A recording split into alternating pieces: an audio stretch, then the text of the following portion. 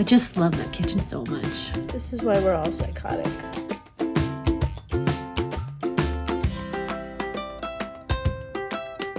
Hello YouTube, welcome back to The Grand Lady. If you're new here, I'm Lindsay, and together with my husband Jim, we're renovating an 110-year-old plus Victorian abandoned house in upstate New York.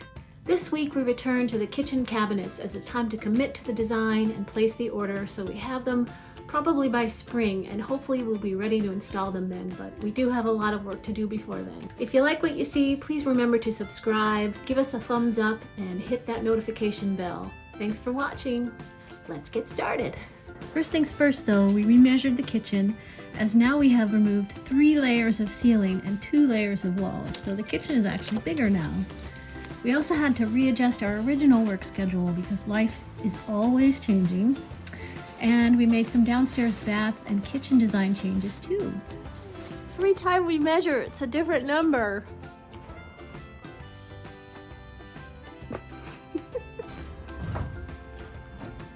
Oh, 2.5 inches.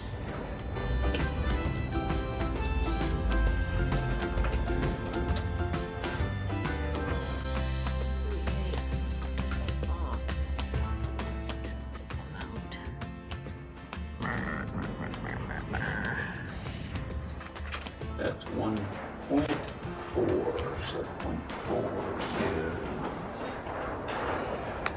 1 foot 4 3/4. 1 foot 4 3/4.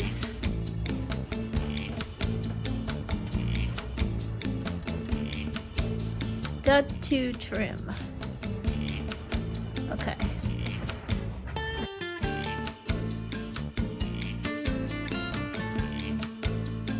We're going to measure this there, then you need to take. I'm gonna take a ladder over. Oh, my hands are cold. Oh, I'm so glad we thought about it.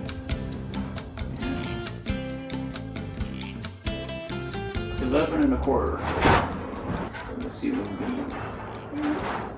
Is that a joist?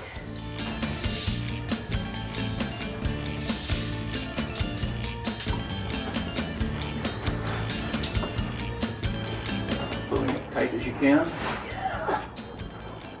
8 foot 4 and no 8 foot, yeah, 4 3/4. 8 foot 4 3/4.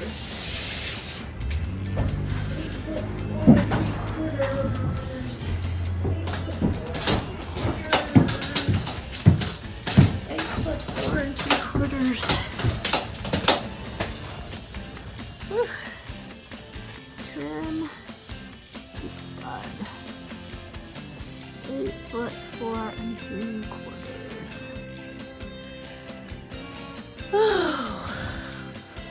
Okay. We're using 5/8 inch sheetrock for the ceiling and the walls, so we have to remember to add that into our final new kitchen measurements. Did we get our maths correct? I don't know, you're gonna have to tell me. I'm just taking measurements, I'm not doing the maths. Why is that so funny? Oh, so that doesn't have to go across? Well, it should go across. No, we should document each and every time we find a beam that doesn't go all the way across. So what are we gonna do about that? Probably gonna have to drop the soil pipe adjacent to that wall. We're gonna put in a support for the beam that we're gonna put across on the other side of that wall. Good Lord. So Jim and I talked about if we wanted to order cabinets or make our own cabinet bases and order just the doors made, or just do the whole thing, some combination of the above. And we went through the list of projects that we have to do that we want to do ourselves. We'd like to move into this house as soon as we can. So it just came down to how much time and effort. I really envy those people who have a house that's livable and they have time to work on it. So in lieu of getting a wood shop set up in the backyard and all of that cost and all of the tools that we need to make the cabinets the way they should be, we decided to buy the cabinets and spend our efforts on bringing back to life all of the old windows. And I have not counted the windows, but by the time I air this, I will have counted the windows and let you know how many we have to sand, refinish, try to double pane them, which I think we're going to try to do if we can. I think that's going to take us months, so the thought of also making cabinets was a lovely dream. But I think we're going to be just fine with cabinets that we're choosing. So let me tell you about them. I showed you the initial kitchen plan, several months ago.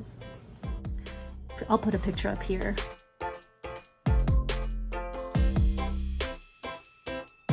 The kitchen plan that we're sticking with is pretty similar, except now instead of a peninsula, we're going to make an island because we have decided to keep open that brick that we found on the back side of the fireplace. And with our new design of the laundry room going upstairs, we are putting a small pantry.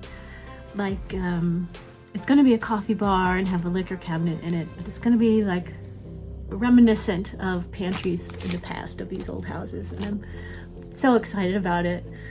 It just kind of fell into place. But back to the kitchen cabinet. So we have the kitchen wall and the kitchen island and then the pantry cabinets to buy. It's quite a bit of cabinets. So I have priced out 4 different sources. The very first one I did was IKEA. I like IKEA as a company. They have really good goals for sustainability. They do whatever they can in their designs to make sure they reduce as much waste as possible, even in their packaging, and they try to be carbon neutral. I just think it has a good vibe. And for that, pricing for all those cabinets was about $7,200, which is not bad for the amount of cabinets we have.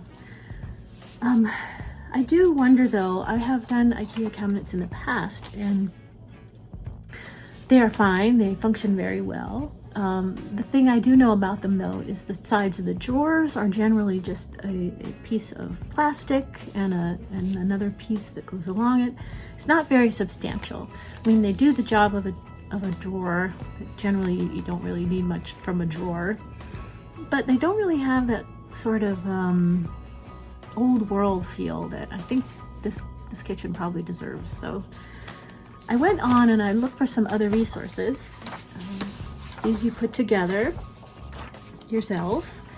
I found and learned something about something called RTA, which is ready to assemble. They come in boxes similar to how IKEA does it, but the cabinets are a little bit different. And so I found this cabinetsbay.com and I used hand drawings to pick out the cabinets that I would want. And with the cabinets that they have, everyone seems to have different sizes, different options depending on who the cabinet maker is. It's not just plug and play. So this for Cabinets Bay and RTA online cabinets was about $8,500. Now I was a little concerned because you don't get to see the full cabinet before you order it, but you could order samples of the doors. So because I was just getting started and not knowing what door faces I wanted to have, I ordered some samples and kind of three different styles. The first one is a shaker, which was what Jim preferred. Thought it was nice and simple. But this one's a little bit fancier, has a little bit of a bevel here. And we would have to paint these green because they don't have a color that we like. This one was the next one up. It has a raised panel, a little bit fancier. I thought maybe this might be my choice. It kind of matches the Inspiration kitchen pretty well. And then this one was a little bit fancier, a little bit more trim, raised panel as well. And the difference between this one and the one I just showed you, the drawer faces also come with this trim. And some of the styles, the drawer faces are just flat, and only the big doors have this trim. So I wanted to have trim everywhere. So I ran into a little difficulty getting what I wanted there. But you know, you make compromises in any plan. Then I also went to Cabinets to Go, which is a local one here. I think they're a chain, which is also an RTA, but you get to see the cabinets in their showroom, which, you know, they were fine. They were good quality. The people were very nice, but there was still just something about them that just wasn't quite right. And the other part of this is none of these cabinets come in a color that I wanted.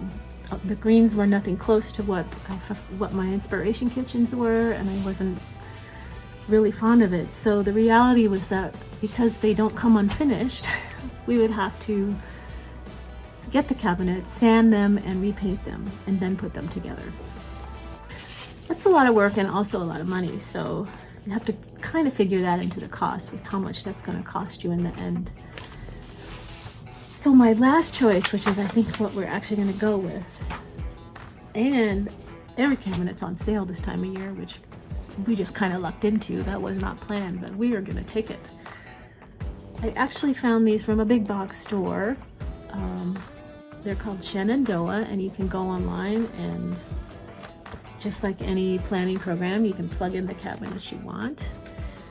And we met with the person first this morning, asked a few questions, and now I have to make yet another plan. So that's going to take me a little time, but when I'm done with it, I think these are going to be good. They're a little sturdier. They have a few more options, and yeah, I'm pretty excited about it. Oh, the best part is the color that I'm going for. I don't know if you can tell on the screen, but they're calling this sage. And the paint samples for the house from Pharaoh and Bob, which is the color that I discovered that Inspiration Kitchen has. It's called Minstrel Green. I didn't order a sample of that. I ordered one that was similar, had a little bit more gray to it, and it's called Caulk Green. And I don't know if you can tell on screen, but the sage is a bit darker, which is more like the minstrel green. Put the minstrel green up and see if we can tell the difference, at least on camera. Probably won't be able to. But this sage green is kind of somewhere in between this lighter green and that brighter minstrel green. And when I saw the sample of it, I just thought this would go so well with our very red trim and our wood floors. And I could put some black accents in there, maybe a black sink. Thinking no for the black countertops. I think I finally decided that, although they're lovely. I think with the dark cabinets and the dark countertop, it's just going to be too dark for me to see. So you'll be able to see the kitchen from pretty much after you come in the entryway of the front door. When you walk into the living room, you'll see straight down into the kitchen. I think we may have found the cabinets we're gonna get. I'm pretty excited, especially after all the work I've been putting into it. You want me to do what now? I've just spent the last 3 days planning this freaking kitchen. And then I remembered we forgot to account for the extra support beam that we're adding along the brick wall. I'm sorry. Poor kitchen guy's gonna be like, can you just stop? This is like version number 4. Which is going to require another little bit of checking to make sure that the version ordered is version 6.8.3 and not 0.2. So I should have just stopped and said the kitchen was fine. You didn't need to know about all this behind the scenes crap, right? Well, they didn't need to know. No, they didn't. But maybe they were curious about how it actually happens. Everyone else makes it look so easy. Oh, we just made a plan. I sent it to them and everything was great. The details in the kitchen plan are exquisitely complex. Oh, foiled by a 1/4 of an inch. Oh well. Okay. So, I've known a 2x4 is not 2x4 inches. Well, unless you get an old one like in the house, some places they are. Really? Yeah. Does our house have 2x4s? It has a few of them, yeah. Oh. The original rough cut 2x4s, yeah. But really a 2x4 is 1.5 by 3.5. Now, with the finished modern 2x4, yeah, because they've all been made smooth. They're not rough cut. Yeah. You don't get splinters this way, you know. But then that also depends on how much they planed it, right? So they aren't all 1.5 by 2.5. Well, there's an allowable variation, and so you'll get 1.5 or 1 5/8. Kind of depends on which mill cut it. And I've always known this, but I've never actually seen a real 2x4, Oh, like an in the original? wild. Yeah.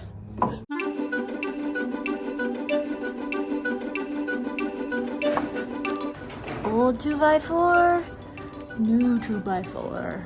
This is why we're all psychotic. Speak for yourself. I think I am. Well, to be continued.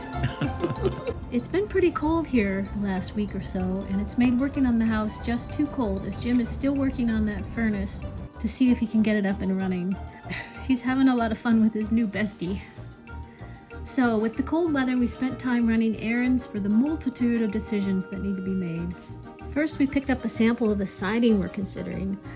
We've been going back and forth about what siding to use. This one is engineered wood, which is durable without requiring a lot of maintenance. But I'm wary. I'm just not sure if I like it, and I don't think I'll like the 4-inch reveal.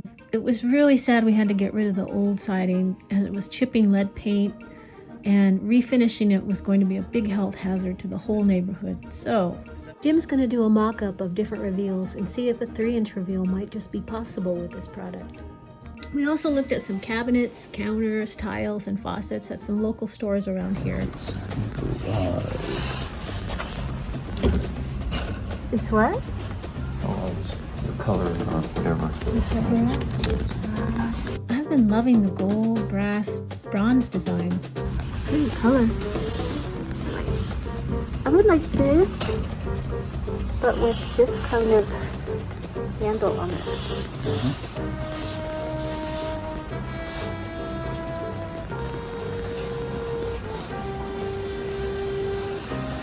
Oh my gosh. I kind of like this brighter gold too. Do you like this? I kind of think the warmer tones will look great with the green I've chosen for the cabinets. I have a question for you. Well, green like this, the shower downstairs. Yeah. Like, is it flush with the floor? Uh-huh.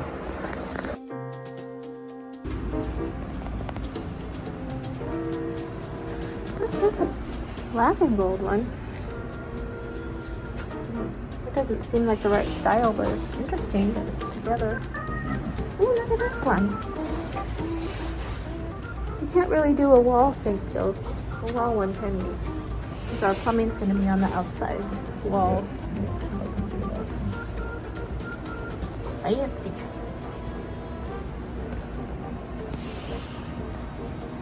I don't know if we need lights. We bought one set of lights at the reclaimed stuff store. Yeah.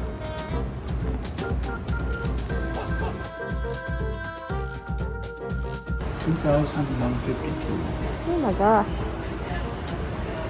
That's a lot. That's a lot of money.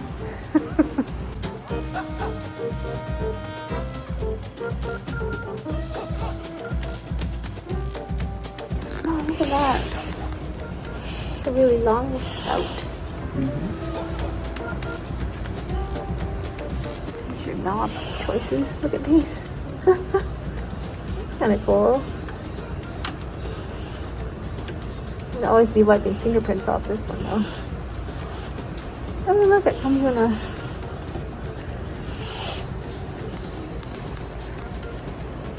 Boy. What do you think of the vibrant rose? I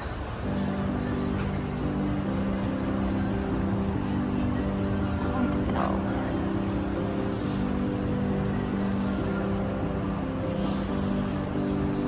Huh, kind of like that vibrant French one.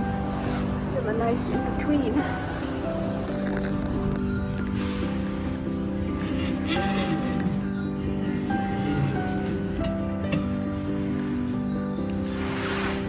That's hilarious. I like the sink though. I think that's what we're gonna go for.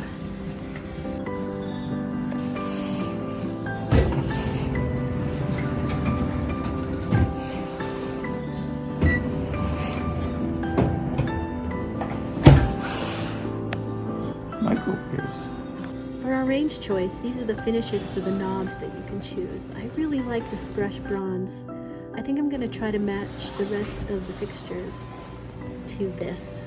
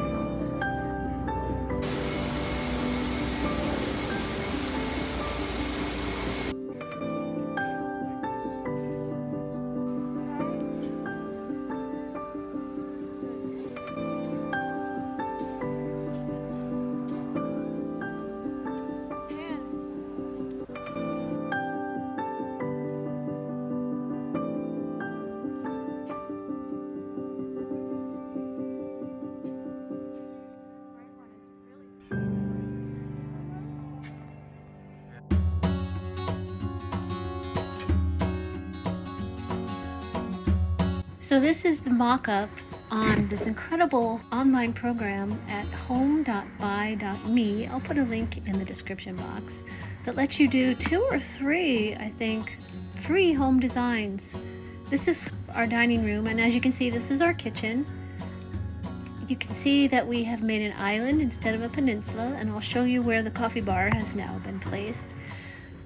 This is the butcher block that I'm going to attempt to make. It's about 18 inches wide, and I think this is a 37-inch counter. We've thought about getting quartz or quartzite in a light color with some black movement. This isn't that representative, but what you saw in the previous video when we went to the countertop place, those are the things we're considering, those shades of white with different amounts of black and movement in them. And we are considering a metal hood. I think I'd like something pretty fancy since you'll be able to see it from the front entrance. And the last thing I wanted to talk about was we have decided, it's in our inspiration kitchen, but we're actually going to put a ladder rail right along here. Go over here and you can see the ladder. I'm going to hang the ladder on the wall over here because our ceilings are actually 9 foot high, so these cabinets are way up there and impossible to reach without a ladder. We're pretty excited about it. I'm not sure about this black farmhouse sink. I've not read some very good reviews about black sinks, so this might just be a plain white farmhouse sink. And if you can remember, this is the fireplace, and we actually exposed the back of that fireplace. So we've made this opening a little bit wide, and this is where the exposed brick is, here and kind of around the corner. I don't have it attached correctly here, but I do have a mock-up of the coffee bar, which you would be walking through that door, and it would look like this. This coffee bar also has a ladder rail in here that Jim and I are going to put together when we put the kitchen cabinets in. It's going to have a beverage fridge and our espresso maker and a sink that's a little bit smaller than this, a bar sink. And this is going to be our liquor cabinet. So there you have it. We're pretty excited. Cross your fingers that it turns out really good. Thanks for watching. Bye. Behold the elusive actual 2x4.